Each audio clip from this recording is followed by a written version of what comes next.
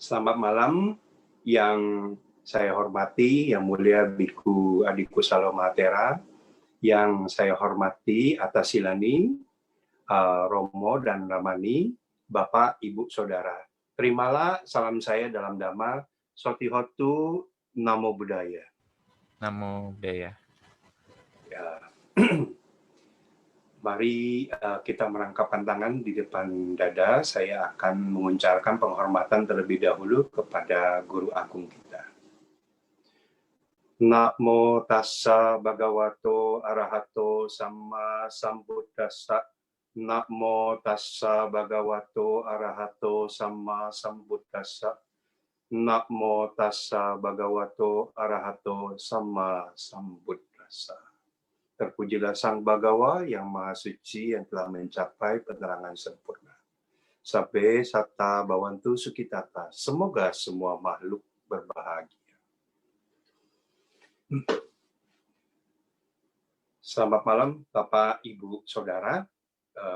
Pertama saya mengucapkan terima kasih atas kesempatan yang diberikan kepada saya untuk mengisi diskusi Dhamma di Pusdiklat Kusala Arama. Ini atas permintaan dari rekan seangkatan saya di Pabaja Upasampada angkatan ketiga ya, Saudara Anton. Senang sekali malam ini dapat berbagi dengan Bapak, Ibu, Saudara dari Jakarta sampai dengan Kalimantan Timur ya, Kutai ya. Kebetulan saya juga kelahiran Kalimantan, cuman saya ada di Kalimantan yang sisi satu lagi yaitu Kalimantan Barat. Jadi malam ini topik yang diminta oleh Saudara Anton adalah bagaimana kita dapat belajar dari kehidupan seorang samana ya. Oke, jadi malam ini kita diskusi ya sesuai dengan judulnya, kita diskusi Dhamma, kita diskusi santai aja. Nanti Bapak, Ibu, Saudara ada yang ingin bertanya baik mengenai topik kehidupan samana yang telah kami jalani, yang pernah kami jalani, atau mungkin mengenai hal-hal yang lain yang berkaitan dengan Dhamma, boleh ya Bapak, Ibu, Saudara silakan tanyakan. Jadi saya akan mulai bercerita nih, ya, mulai bercerita. Jadi pada tahun 2019, tepatnya tanggal 11 sampai dengan 26 Mei 2019, saya berkesempatan untuk ikut program dari Sangha Theravada Indonesia, yaitu Pabaja Upasampada. Orang bertanya, apa sih bedanya Pabaja Samanera dengan Pabaja Upasampada? Jadi ini merupakan suatu program baru dari Sangha Theravada Indonesia, di mana para peserta Pabaja itu tuh bukan Pabaja sebagai Samanera, tapi sebagai ditabiskan sebagai biku penuh. Nah, yang saya ikuti kebetulan itu adalah angkatan ketiga pada tahun 2019. Jadi angkatan kedua tahun 2018 dan angkatan pertama itu pada tahun 2017. Ya. Nah, kebetulan teman saya sekaligus saya anggap guru saya juga ikut pada Pabaja Upasampada angkatan kedua pada tahun 2018. Nah, kebetulan saya menjadi sponsornya beliau. Jadi untuk ikut Pabaja Upasampada itu tuh sponsor, diperlukan sponsor ya peserta ya. Jadi sponsor itu bisa dari keluarga, biasanya prioritasnya untuk keluarga ya. Tapi bisa juga sponsor itu datangnya dari sahabat dekat atau mungkin family-family yang bukan kandung ya, atau mungkin family yang agak jauh juga boleh. Bahkan teman-teman boleh, bahkan donatur dari luar juga boleh. Nah, kebetulan saya menjadi sponsor dari teman atau guru saya tersebut. Nah, begitu beliau selesai mengikuti program Pabaja Upasampada pada tahun 2018 itu, nama saya langsung didaftarkan untuk ikut angkatan ketiga tahun 2019. Wah, saya pikir, ya sudahlah. oke aja, saya terima aja, oke aja dah. Saya kebetulan juga udah lihat prosesnya, karena sebagai sponsor saya juga ikut pada saat upacara penahbisan, upacara minta maaf kepada keluarganya, kemudian acara cukuran dan sebagainya, saya juga ikut. Jadi saya pikir, udahlah, saya juga udah tahu. Ikut aja lah, toh masih 1 tahun lagi. Nah, itu pemikiran saya. Toh masih 1 tahun lagi. Nah, teman tersebut kemudian mengirimi saya dengan semua materi atau bahan-bahan yang perlu disiapkan lah. Jadi untuk penahbisan itu, baik penahbisan Samanera maupun penahbisan bikunya itu, kita harus menghafalkan kalimat permohonan. Ya, jadi lumayan banyak kalimatnya itu, kira-kira ada 3 lembar lah dalam bahasa Pali. Nah, saya dikirimkan pada saat itu, ya udah, saya taruh ke samping dulu. Saya belum saya pegang, belum saya baca. Nah, kemudian waktu berjalan, tahun 2018 habis, masuklah ke tahun 2019. Nah, 2019 kira-kira 1 bulan sebelum pelaksanaan ya. Jadi bulan April itu para peserta Pabaja Upasampada Angkatan Ketiga 2019 dipanggil ke Wihara Dhamma Cakajaya untuk bertemu dengan pembimbing kami pada waktu itu, yaitu Bante Dhamma Jatotera ya. Nah, kita dipanggil, jadi tujuannya adalah untuk melengkapi dokumen-dokumen yang diperlukan, dan kemudian untuk melalui interview atau briefing dengan Bante. Jadi pada saat itu datanglah. Nah, pada saat itu sudah mulai terlihat. Peserta yang daftar saya ingat pada waktu itu tuh 30 orang lebih. Ya, 30 orang lebih. Nah, pada saat itu sudah peserta yang hadir ke briefing tidak sejumlah peserta yang mendaftar. Jadi kemudian ada yang hadir juga tidak bisa datang karena katanya, saya nggak dapat izin cuti kerja. Saya ada keperluan yang lain sehingga tidak bisa ikut Pabaja selama 2 minggu tersebut. Kemudian ada yang sudah hadir juga, datang dari luar kota. Kemudian salah satu hal yang harus kita lakukan pada saat kita mengikuti Pabaja itu adalah kita harus bisa bertumpu lutut. Jadi kita harus bisa duduk bertumpu lutut pada saat membacakan kalimat permohonan dan sebagainya. Terus kemudian yang saya baru tahu kemudian, ternyata para biku itu duduknya simpuh. Ya, jadi para biku hanya duduk bersila apabila sedang meditasi atau sedang makan siang atau makan pagi ya, atau sedang makan. Jadi para biku itu kalau selain makan dan meditasi, para biku duduknya simpuh. Nah, ternyata ada peserta yang gugur pada saat interview. Jadi ini masih 1 bulan sebelum pelaksanaan, ini masih interview. Udah gugur, kenapa? Karena kakinya atau lututnya bermasalah. Jadi dia tidak bisa duduk bersimpuh dan tidak bisa duduk bertumpu lutut untuk waktu yang lama. Jadi untuk membacakan kalimat permohonan itu kira-kira perlu sekitar 10 sampai 12 menit kita harus bisa bertumpu lutut membacakan kalimat permohonan. Nah, di situ udah mulai berguguran pesertanya. Pada akhirnya tanggal 9 dan 10 Mei, kami dipanggil untuk masuk di karantina di Wihara Dhamma Cakajaya. Itu pesertanya dari 30-an yang terdaftar tinggal 28. Nah, pelajaran apa yang bisa kita ambil dari sana? Ya. Pelajaran yang bisa kita ambil adalah walaupun kita sudah mendaftar, kita sudah mempersiapkan diri, dan sebagainya, ternyata bisa timbul hal-hal tertentu bisa berubah. Jadi, timbul ya pelajaran pertama udah di situ, anicca. Nah, saya itu untuk para peserta yang sudah daftar, kemudian tidak bisa ikut karena faktor cuti, karena faktor kesehatan fisik, dan sebagainya, itu sudah menunjukkan bahwa kita bisa merencanakan, tetapi kenyataan yang terjadi itu bisa berubah, anicca. Ya, itu satu pelajaran. Nah, kemudian saya pribadi sendiri, ini cerita saya pribadi sendiri sekarang. Ya, Jadi pada saat menuju waktu dipanggil untuk masuk ke dalam karantina untuk briefing pada tanggal 9 dan 10 Mei. Jadi 9-10 Mei kita harus masuk ke wihara untuk mengikuti briefing. Jadi di karantina sudah di wihara.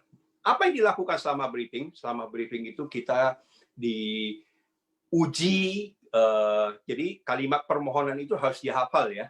Jadi kita harus hafal. Kemudian kita harus belajar tata cara, bagaimana kita akan melakukan nanti permohonan, kemudian menerima penabisan, dan sebagainya. Kita di training ya, dilatih selama 2 hari. Nah, kalau Samanera yang saya tahu, ternyata Samanera bahkan 1 minggu sebelumnya sudah di karantina terlebih dahulu. Sudah dilatih dulu, sudah dibimbing dulu, sudah di training dulu. Nah, ini para peserta Upasampada, karena banyak sekali orang yang masih kerja dan sebagainya, akhirnya mereka 2 hari sebelumnya, ada pengecualian, baru masuk 2 hari sebelumnya. Nah, pada saat saya masuk ke Wihara Dhamma Cakajaya, pada saat itu kerjaan tuh lagi banyak sekali, karena itu bulan Mei. Bulan Mei, dan saya ingat tahun 2019 itu bulan Mei itu udah mau masuk ke bulan puasa. Nah, kebetulan saya wira swasta. Jadi, pada saat bulan puasa, menjelang bulan puasa tersebut, itu merupakan masa di mana pekerjaan itu lagi banyak-banyaknya. Kata orang, bisnis lagi harus dikejar ya, harus diurus dan sebagainya. Waduh, saya pun jadi ragu. Jadi, tanggal 9 itu hari Kamis. Hari Rabu malam saya masih diskusi dengan istri saya. Saya bilang, saya ikut nggak ya? Jadi nggak ya? Apa saya mundur aja ya? Pada hari-hari, detik-detik terakhir itu saya mundur aja. Nah, jadi istri saya mengatakan, aduh, sudah bersiap-siap, sudah didaftar dari 1 tahun sebelumnya, sudah siap-siap menghafal kalimat permohonan dan sebagainya, udah menyiapkan surat izin dan sebagainya dari keluarga. Masa sih mundur gitu loh? Udahlah, soal pekerjaan saya bisa bantu, kata istri saya. Kamu masuk aja, jangan pusing, jangan tegang, jangan stres dengan pekerjaan. Jadi saya pun masuklah ke dalam karantina tersebut di Wihara Dhamma Cakajaya ya 2 hari. Nah 2 hari itu handphonenya belum diambil, handphone belum diserahkan. Jadi saya tuh masih sibuk di sela-sela waktu istirahat tuh masih sibuk sekali. WhatsApp pekerjaan, WhatsApp kepada customer dan sebagainya lah, mengurus itu. Ya. Kemudian sampai dengan hari Upasampada, yaitu tanggal 11 pagi. Jadi 11 pagi itu handphone sudah diserahkan semua. Nah, pada saat itu saya baru mulai tenang, baru mulai lega karena handphonenya sudah berpisah dari handphonenya ya. Nah, kemudian kita maju dulu dengan cepat ya. Kita maju dulu, intermezzo sedikit. Kalau pada Mei 2019 tersebut saya batal, tidak jadi ikut Pak Baja Upasampada, kira-kira saya masih punya kesempatan nggak, Bapak, Ibu, Saudara, untuk ikut? Pada tahun 2020 kita sudah tahu ya, mulai terjadi pandemi COVID-19.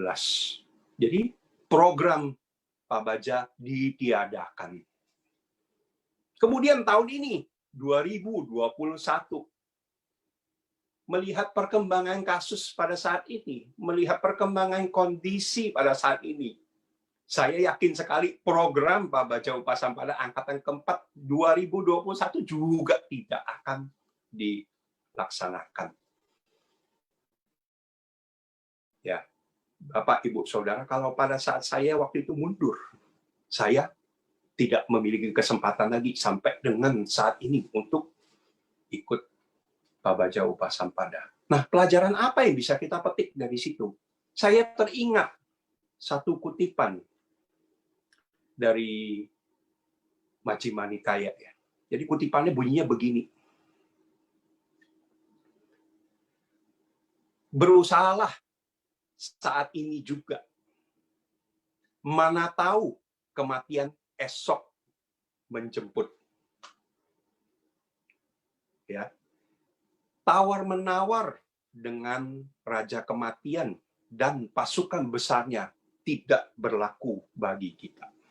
Nah, dalam hal ini mungkin tidak se-ekstrim kematian datang menjemput.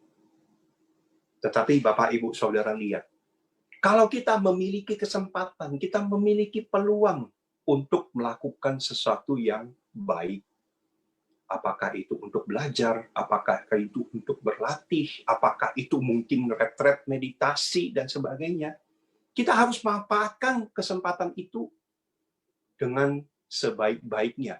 Karena kita tidak tahu apa yang akan terjadi. Dalam kasus ekstrimnya disebut di dalam Tipitaka, kematian datang menjemput kita. Oke, berakhir kehidupan ini. Tetapi apa yang terjadi pada tahun 2020 kemarin? Mungkin bagi sebagian orang tidak sedikit sekali bedanya dengan orang bilang mati. Kita nggak bisa kemana-mana.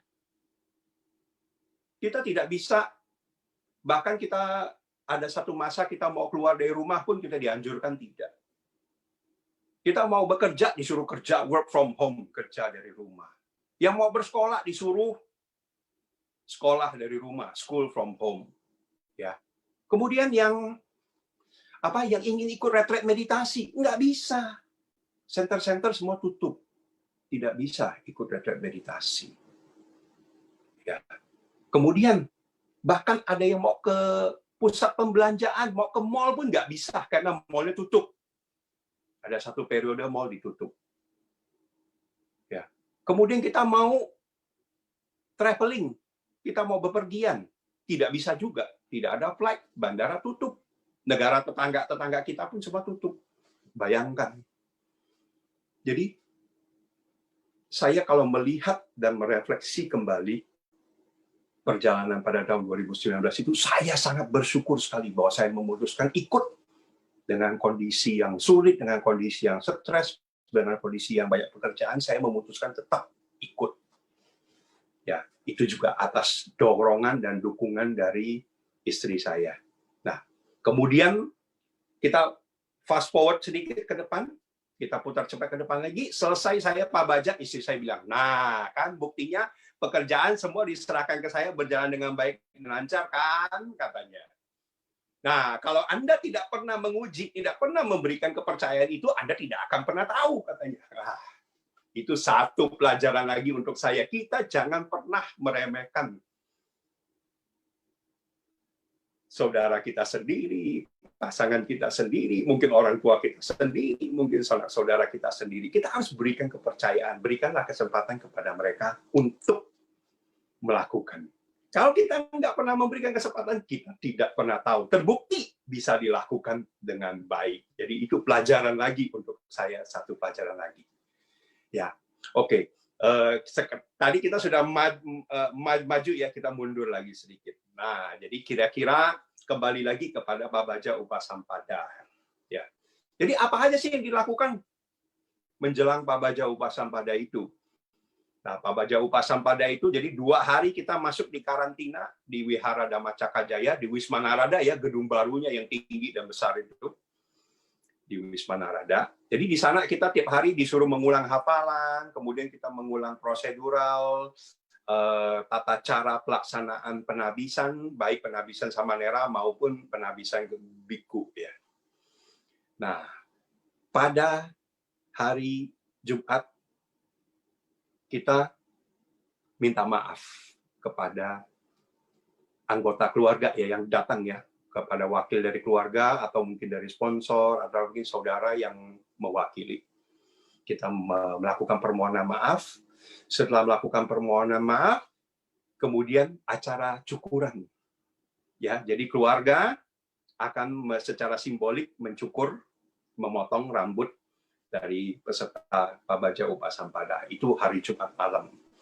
Nah, jadi hari Jumat malam sesudah dipotong, nah pada hari Sabtu pagi dimulailah proses dari penabisan ya. Jadi pertama pagi-pagi dilakukan dulu penabisan samanera. Jadi kami memakai baju jubah putih, kemudian melakukan permohonan kepada Bhikkhu Sangha. Bhikkhu Sangha kemudian memberikan ini ya jubahnya.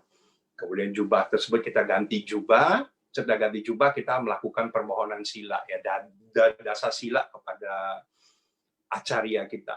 Nah, setelah selesai melakukan permohonan, maka kita selesai acara penabisan sebagai samanera. Kemudian dana makan siang.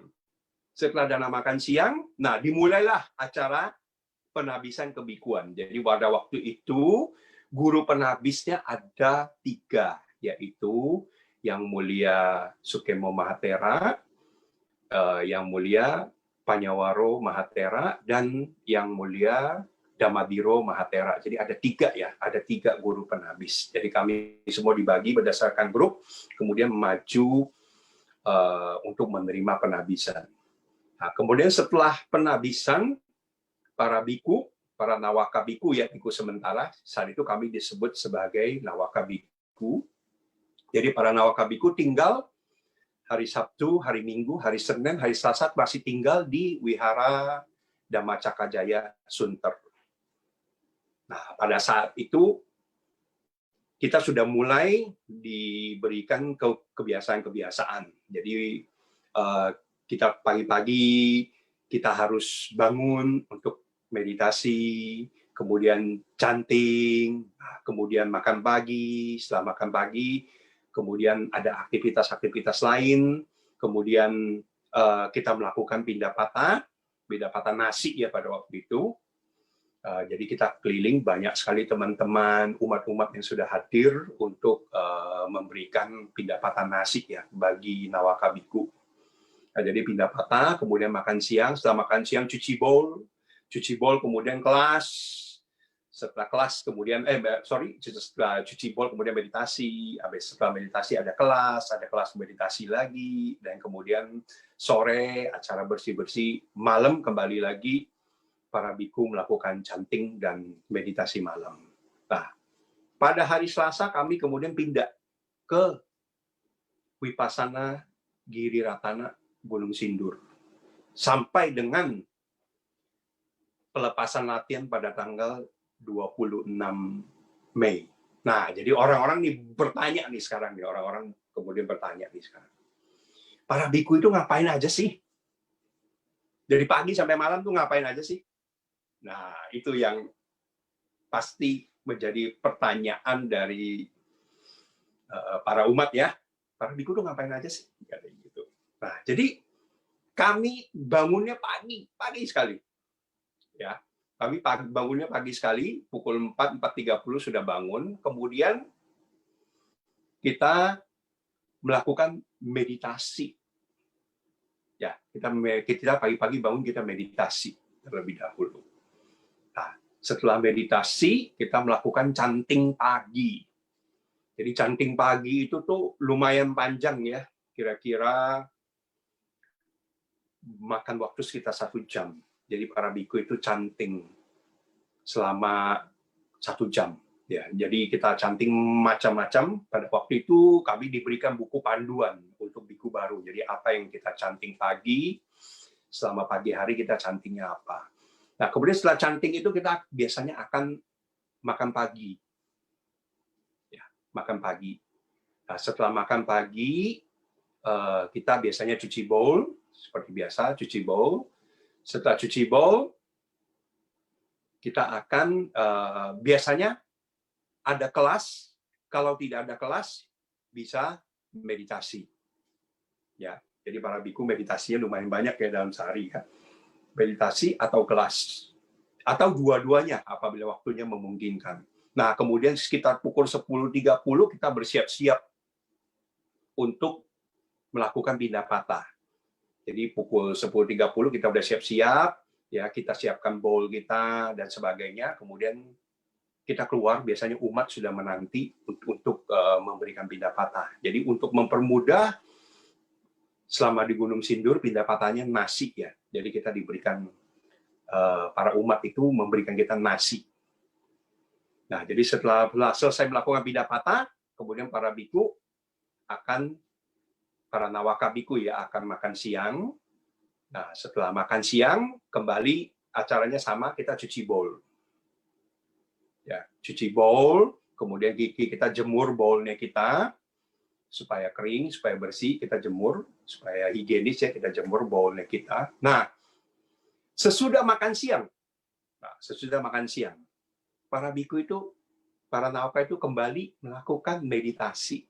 Jadi Bapak, Ibu, Saudara bisa bayangkan ya, setelah selesai makan siang, dalam jam 12 siang ya, jam 12 setengah 1 siang, dalam kondisi yang lumayan panas dan kemudian dengan kondisi perut yang penuh, kami melakukan meditasi.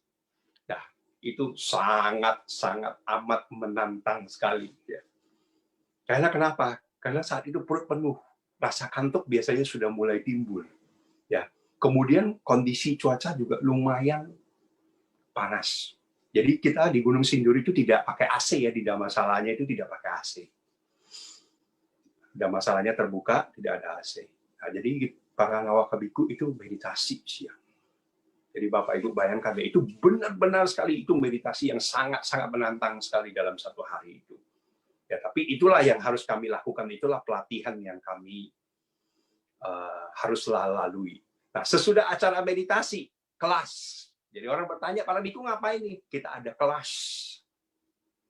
Jadi di sana kita diberikan pembekalan. Jadi sepanjang kita ada di Gunung Sindur, sepanjang kita ikut program Pabaca Upasampada ini, setiap siang sampai dengan sore kita ada kelas. Jadi itu kelas Dhamma, kelas meditasi, kelas teori meditasi, kelas Dhamma, sejarah agama Buddha, segala hal ya, sutta dan sebagainya semua kita dikasih pembelajaran selama mengikuti Pabaca Upasampada tersebut. Nah, kemudian sore diberikan waktu untuk istirahat sebentar ya. Istirahat juga bisa dipakai untuk mungkin ada yang mau cuci jubah, ada yang mau ke belakang, ada yang mungkin mandi dan sebagainya. Oke, setelah itu kembali lagi kita berkumpul untuk canting malam. Ya, canting malam. Nah, canting malam itu juga tidak pendek. Canting malam kira-kira 1 jaman juga kita canting. Setelah canting, kita meditasi. Ya, meditasi malam. Nah, sesudah meditasi malam, acara sebenarnya sudah selesai. Jadi biasanya para biku pergi beristirahat. Tapi sebelum beristirahat, nah ini ada satu yang unik sekali yang dilakukan oleh para biku. Jadi sebelum tidur setiap malam, kami melakukan pengakuan kesalahan. Oke, jadi kesalahan-kesalahan apa yang telah dilakukan sepanjang hari dari bangun tidur sampai dengan hendak pergi tidur. Jadi kami melakukan pengakuan kesalahan. Ya, jadi kita akan menghadap kepada, jadi biku akan berhadapan dengan biku lagi yang satu lagi. Ya, kita akan saling mengakui kesalahan kita. Jadi yang junior kepada yang senior kepada yang junior. Jadi kita melakukan pengakuan kesalahan ya.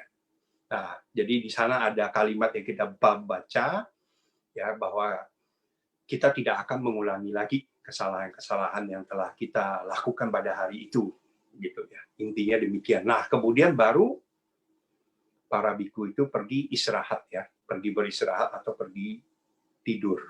Nah, jadi rutinitas itu berlangsung setiap hari ya. Jadi besok pagi-pagi bangun lagi, subuh, meditasi lagi, canting lagi, ya, dan itu diulang. Nah, cuman memang pada Pabaca Upasampada ada beberapa kesempatan yang istimewa sekali. Salah satunya adalah para peserta Pabaca Upasampada, para nawaka biku mendapat kesempatan untuk merayakan Waisak. Nah, ini yang sangat berkesan sekali untuk saya, yaitu kami merayakan Waisak bukan sebagai seorang umat awam, melainkan sebagai seorang biku. Ini sangat berkesan sekali.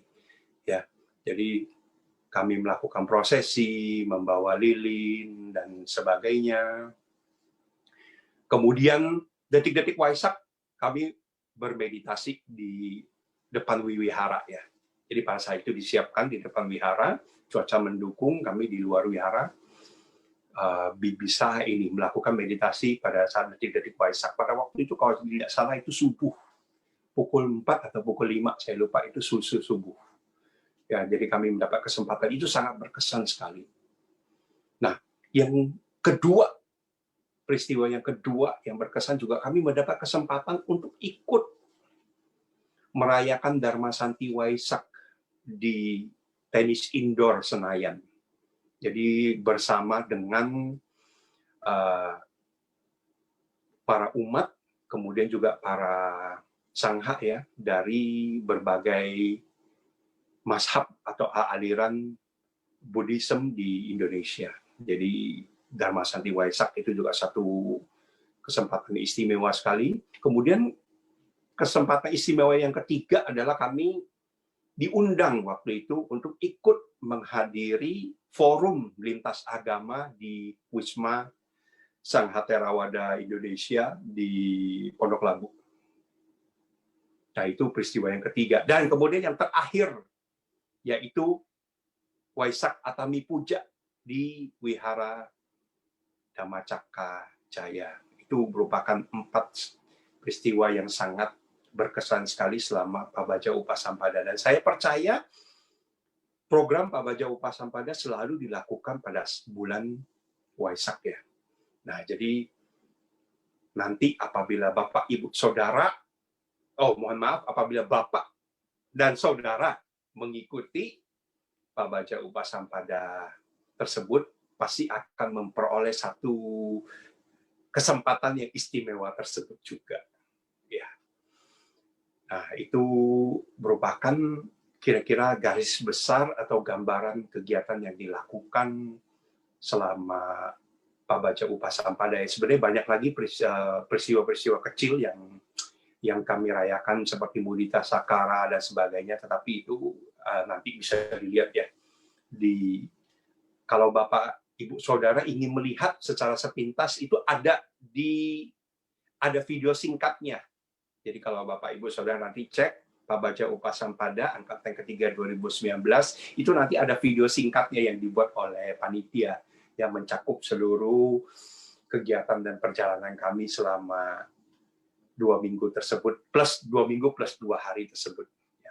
Nah, kemudian berikutnya, kita maju ke berikutnya. Itu kira-kira cerita mengenai Pabaja Upasampada ya. Nah, pembelajaran apa lagi yang kita dapat selama menjalankan kehidupan sebagai seorang samana itu? Ya. Nah, guru kami atau acarya kami pada waktu itu, yaitu yang selalu mendampingi kami selama seluruh pelaksanaan Pabaja Upasampada tersebut, itu adalah Bante Dhammajato Thera ya. Jadi beliau adalah acarya kami yang mendampingi kami selama Pabaja Upasampada. Jadi beliau tuh sangat menekankan sekali satu kebersamaan. Ya. Jadi di dalam sangha ya, di dalam kebikuan sangat ditekankan sekali kebersamaan. Ya. Jadi kita melakukan satu aktivitas itu selalu bersama-sama. Pagi-pagi kita cantik juga bersama, kita makan juga bersama, ya. Kemudian kita bersih-bersih kita juga bersama. Kemudian kita membersihkan wihara, kita merapikan wihara, kita juga lakukan semua secara bersama-sama. Jadi sangat ditekankan sekali di sini nilai kebersamaan itu. Ya. Jadi kita akan selalu menunggu rekan-rekan biku kita. Ya, kita mau pindah patah, ada yang belum siap, kita bantu. Ya, Bapak, Ibu, Saudara percaya pakai jubah tidak semudah itu. Ya, kami sudah coba dan kami sudah lakukan. Ya, jadi pada saat kita sudah mulai mahir, ternyata Pabaja Upasampada sudah mau berakhir. Pada saat kita mulai mahir pakai jubah. Ya, jadi kita juga sesama Nawaka Biku kita juga saling membantu. Kalau misalnya ada yang kesulitan pakai jubah, kita juga saling bantu. Kita saling bantu. Oh, ini jubahnya rapi nggak lipatannya? Ini ketinggian nggak? Ini atau bagaimana nggak? Gitu loh. Kita jadi saling memperhatikan juga. Ya, kita juga saling menunggu. Kalau rekan kita kemudian belum siap, kita bantu mereka siap dan sebagainya. Jadi selama Pabaja Upasampada itu kebersamaan itu sangat ditekankan sekali. Ya, jadi yang satu misalkan keluar bawa yang semua juga bawa. Gitu. Ya, jadi satu papa pakai yang A, semua kita juga seragam pakai yang A. Jadi benar-benar kebersamaan sekali. Mulai dari beraktivitas, memakai misalkan gelas, sendok dan sebagainya, itu semua sangat diperhatikan sekali kebersamaannya. Nah, terus kemudian yang pembelajaran yang kedua yang ditekankan sekali adalah hormat. Jadi kita tuh harus memberikan hormat, kita harus menghormat kepada senior kita. Jadi kepada yang lebih senior, kita harus memberikan hormat. Jadi contoh, sebagai contoh, ya, pada saat kita siap untuk makan siang, para biku muda tidak akan mulai kalau yang paling senior belum memulai. Ya, itu sebagai hormat kita, respect kita kepada seniornya kita. Ya. Nah, begitu senior kita selesai, yang muda juga harus selesai. Ya. Jadi di situ ada kebersamaannya, di situ juga ada hormatnya ya. Jadi pada saat selesai, yang senior selesai, yang muda juga harus selesai. Nah, biasanya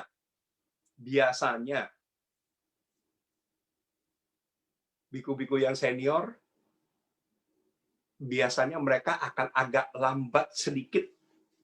Jadi kadang-kadang kita melihat, kok Bante kok makannya lambat gitu. Sebenarnya Bante bukan makannya lambat. Tapi Bante senior itu tuh makannya lambat untuk memberikan kesempatan kepada yang junior-junior itu untuk menyelesaikan makannya. Nah, jadi di situ rasa hormat ya. Kemudian pasti Bapak Ibu Saudara sering perhatikan ya, bagaimana kalau biku duduk pasti kita bersusun ya. Mulai dari yang senior sampai dengan yang paling junior. Nah, demikian juga kalau kita berjalan, kita keluar berjalan dalam iring-iringan dalam prosesi, kita juga berbaris sesuai dengan senioritas kita ya. Jadi senioritas itu bisa umurnya, ya khususnya umur kebikuannya ya. Bukan umur dari sang biku ya, bukan umur asli tapi umur kebikuannya. Jadi biasanya akan disusun berdasarkan itu. Duduk juga demikian. Siapa yang duduk terlebih dahulu, kemudian siapa yang mengikuti. Nah, bangkit berdiri siapa yang terlebih dahulu dan sebagainya. Itu merupakan satu pembelajaran rasa hormat ya. Jadi kita belajar menghormat kepada senior kita, kepada guru kita, kepada para biku yang lebih senior daripada kita. Nah, kemudian yang pembelajaran ketiga itu adalah disiplin. Tadi saya melihat sepintas ada pertanyaan yang melejit keluar ya di layar pojok. Saya secara nggak sengaja saya menangkap sedikit. Bagaimana katanya pelaksanaan ke-227 winayanya katanya. Ya. Jadi selama menjadi Nawaka Biku di Pabaja Upasampada yang kita pelajari yaitu disiplin. Jadi disiplin itu ketat sekali. Bapak Ibu Saudara itu ketat sekali disiplin para biku. Jadi Bapak Ibu Saudara pasti sudah tahu ada 227 winaya ya. Ya. Nah, di belakang 227 winaya itu ada ratusan lagi disiplin yang harus diikuti oleh para biku. Ya, jadi di luar daripada winaya itu masih ada lagi sekian ratus lagi aturan-aturan yang harus diikuti. Jadi disiplin-disiplin yang harus dipatuhi oleh para biku. Nah, jadi selama Pabaja Upasampada kita mempelajari ke-227 winaya tersebut ya. Jadi ada dikasih bukunya ya. Oh, sorry, ini tidak kelihatan karena virtual screen saya. Jadi ada kasih buku, kemudian kita mempelajari di mana yang termasuk ke dalam pelanggaran yang berat, mana yang masuk ke dalam pelanggaran yang sedang, mana yang masuk kepada pelanggaran yang ringan, mana yang melakukan pelanggaran-pelanggaran kecil, dan kemudian masing-masing konsekuensi dan penaltinya apa. Jadi Bapak Ibu Saudara pasti sudah tahu kalau pelanggaran berat Anda dikeluarkan dari keanggotaan sebagai seorang biku ya, dikeluarkan dari organisasi, kemudian dikeluarkan juga dari sangha ya. Nah, itu pelanggaran yang berat. Nah, pelanggaran-pelanggaran yang ringan bagaimana? Kita pasti ada melakukan pelanggaran-pelanggaran ringan yang kecil, baik disadari maupun tidak disadari, secara sengaja maupun tidak sengaja. Ada pelanggaran-pelanggaran kecil. Nah, itu yang dilakukan pengakuan kesalahannya setiap malam sebelum tidur itu. Nah, jadi seperti yang saya sampaikan, di luar dari ke 227 wilayah masih banyak aturan-aturan lagi. Contohnya, aturan-aturannya. Para biku kalau minum itu tidak boleh berdiri, Bapak Ibu Saudara, harus duduk. Nah, kemudian pada saat mau makan, tidak boleh sendok garpunya itu bunyi, klintong-klintong gitu, nggak boleh bunyi ya, nggak boleh bunyi. Nah, kemudian apa yang sudah kita ambil ke dalam bowl-nya kita itu harus dihabiskan, Bapak Ibu Saudara. Ya, jadi bayangkan ya, harus punya kesadaran pada saat ngambil makanan. Jadi pada saat ambil makanan, kami makannya selama di Pabaja Upasampada, selama di Gunung Sindur, kami makannya pakai bowl. Ya, jadi makanan itu lewat di depan, kita ambil, ya, kemudian kita makan. Nah, apa yang kita ambil itu kita harus habiskan. Jadi itu juga satu pelatihan, harap mengambil sesuai. Jadi ngambilnya itu tuh mesti pakai perhatian ya, mesti pakai sati kata orang. Jangan main ambil aja karena wah, lihat makanannya ini enak nih, ambil yang banyak. Kemudian tidak bisa dihabiskan ya. Jadi itu harus apa yang ada di dalam bowl itu harus dihabiskan. Nah, kemudian kita makan, para biku makan juga ada tata caranya. Nah, waktu itu kita sempat bertanya kepada acarya kami, yaitu Bante Dhammajato Tera. Kenapa banyak sekali panduannya? Jadi para biku jalan tuh harus bagaimana, bicara tuh harus bagaimana, makan itu harus bagaimana, duduk itu harus bagaimana. Jadi kita bertanya, loh itu kenapa bisa ada begitu banyak sekali peraturan tersebut? Beliau mengatakan kepada kami bahwa Siddhartha Gautama, calon Buddha, Siddhartha itu adalah seorang disebut pangeran ya, sebut pangeran ya. Tapi kalau di dalam ada versi-versi yang mengatakan juga bahwa beliau sebenarnya anak dari gubernur lah sebenarnya ya, anak dari gubernur lah, kepala negara bagian kecil lah. Nah, jadi bisa dibayangkan beliau itu lahir di kasta ksatria, ya kasta ksatria. Nah, sebagai kasta ksatria, orang tuanya adalah petinggi, jadi beliau tuh sudah terbiasa di dalam istana itu banyak sekali tata caranya. Tata cara dalam berbicara, dalam menyampaikan pendapat, tata cara pada saat makan, pada saat pada saat duduk, pada saat berjalan, itu banyak tata caranya. Tata caranya kasta ksatria, yang notabene adalah bangsawan. Ya.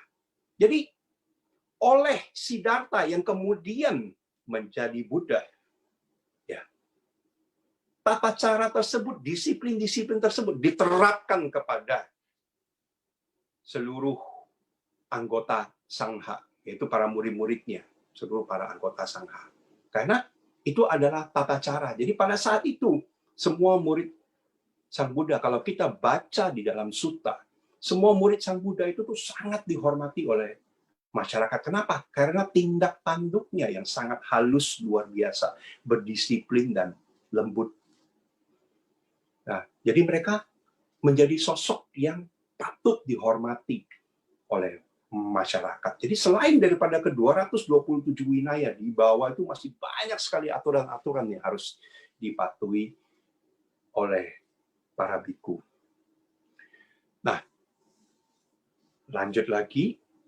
Sekarang pembelajaran terakhir yang saya bisa tarik dari selama Pabaja Upasampada tersebut.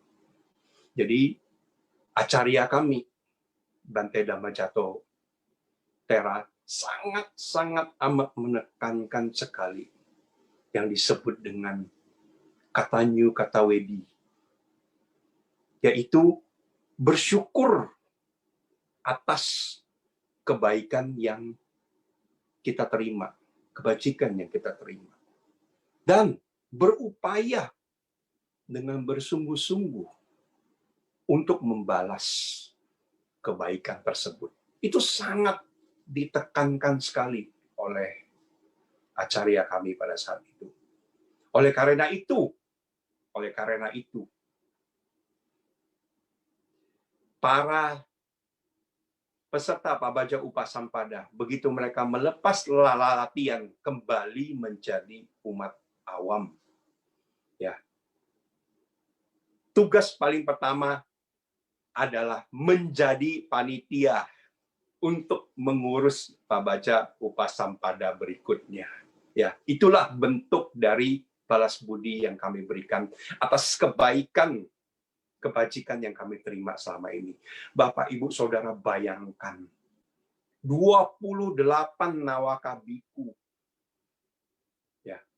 Yang mengurusnya itu berapa banyak orang yang mengurus. Ya, panitia-panitia yang mengurus keperluan-keperluan para nawaka biku, yang menyiapkan tempat untuk para biku beristirahat, untuk tidur dan sebagainya. Kemudian menyiapkan fasilitas belajar untuk para biku. Kemudian menyiapkan makan pagi, menyiapkan makan siang kalau memangnya dana makan siang kurang, dan sebagainya. Kemudian kalau para biku ada yang sakit, ya, para dokter yang datang untuk memeriksa kesehatan, yang untuk memberikan obat dan sebagainya. Jadi selama Pabaja Upasampada itu banyak sekali kerja dari para panitia. Baik mulai dari mengabadikan, mengatur, memberikan, menyediakan semua keperluan para biku, dokumentasi, sampai perlengkapan, dan sebagainya. Pada saat itu, bayangkan, para nawaka biku itu tuh pergi 4 kali loh. Ada 4 kegiatan acaranya. Nah, mengatur transportasi, ya, kemudian mengatur para nawaka biku untuk masuk ke tempat acara, kemudian kebutuhan untuk ke toilet dan sebagainya lagi, ya, minum dan sebagainya di jalan semua, itu semua sampai dengan hal kecil-kecil sekali. Kami semua bisa berlatih dengan baik karena kerja dari para panitia. Oleh karena itu, acara kami menekankan sekali bahwa kita harus kata new, kata wedi, ya, kita harus bersyukur dengan kebaikan yang kita terima, ya, dan kemudian kita berusaha untuk membalas kebaikan tersebut.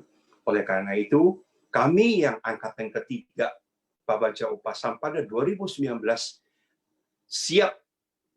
sudah bersiap dan akan menjadi panitia Pabaja Upasampada angkatan keempat nanti. Mudah-mudahan Pabaja Upasampada dapat terlaksana tahun depan 2022, dan saya berharap Bapak dan Saudara Pusdiklat yang ada di Pusdiklat Kusala Arama ataupun seluruh peserta yang malam ini bergabung pada diskusi Dhamma ini memiliki kesempatan dan ingin serta berkesempatan untuk ikut Pabaja Upasampada. Pesan sponsor ya. Mudah-mudahan tertarik untuk ikut Pabaja Upasampada. Ya, mungkin ini cerita yang saya bisa berikan mengenai nilai-nilai yang bisa kita tarik dari kehidupan samana. Untuk menutup diskusi malam ini mungkin beberapa menit ya. Saya ingin memberikan satu mungkin statement ya, satu pernyataan bahwa pada saat ini kita berada dalam satu pergeseran zaman ya. Jadi kalau kita melihat dalam sejarah, setiap berapa, mungkin 100 tahun, 200 tahun, selalu terjadi suatu pergeseran besar di dalam sejarah dan kehidupan dari umat manusia.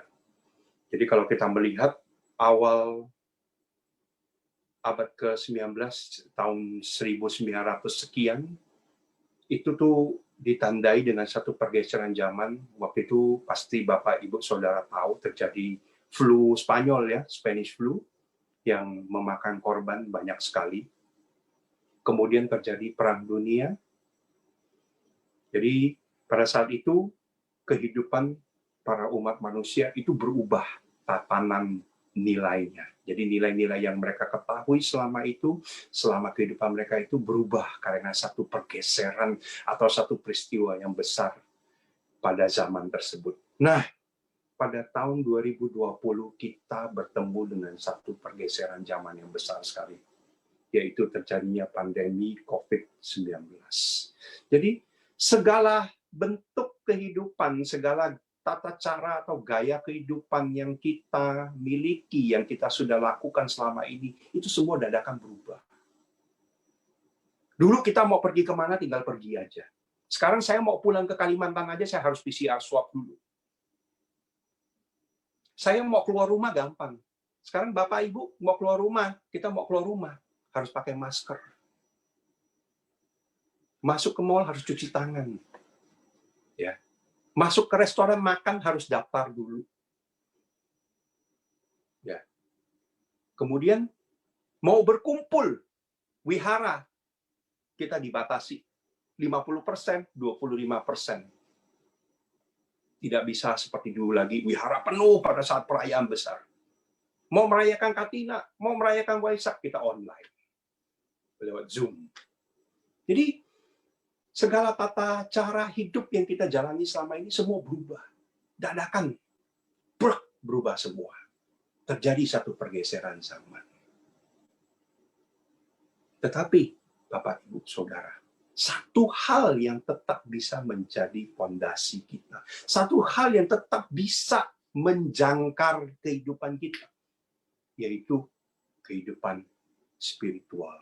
Oleh karena itu, Bapak, Ibu, Saudara, jangan sia-siakan kesempatan, jangan sia-siakan segala peluang yang kita punya untuk meningkatkan kehidupan spiritual kita. Karena itu akan menjadi satu jangkar, itu akan menjadi satu fondasi bagi kita untuk menghadapi perubahan-perubahan dan pergeseran zaman ini. Mungkin ini yang saya bisa sampaikan. Terima kasih. Sotihotu Namo Buddhaya.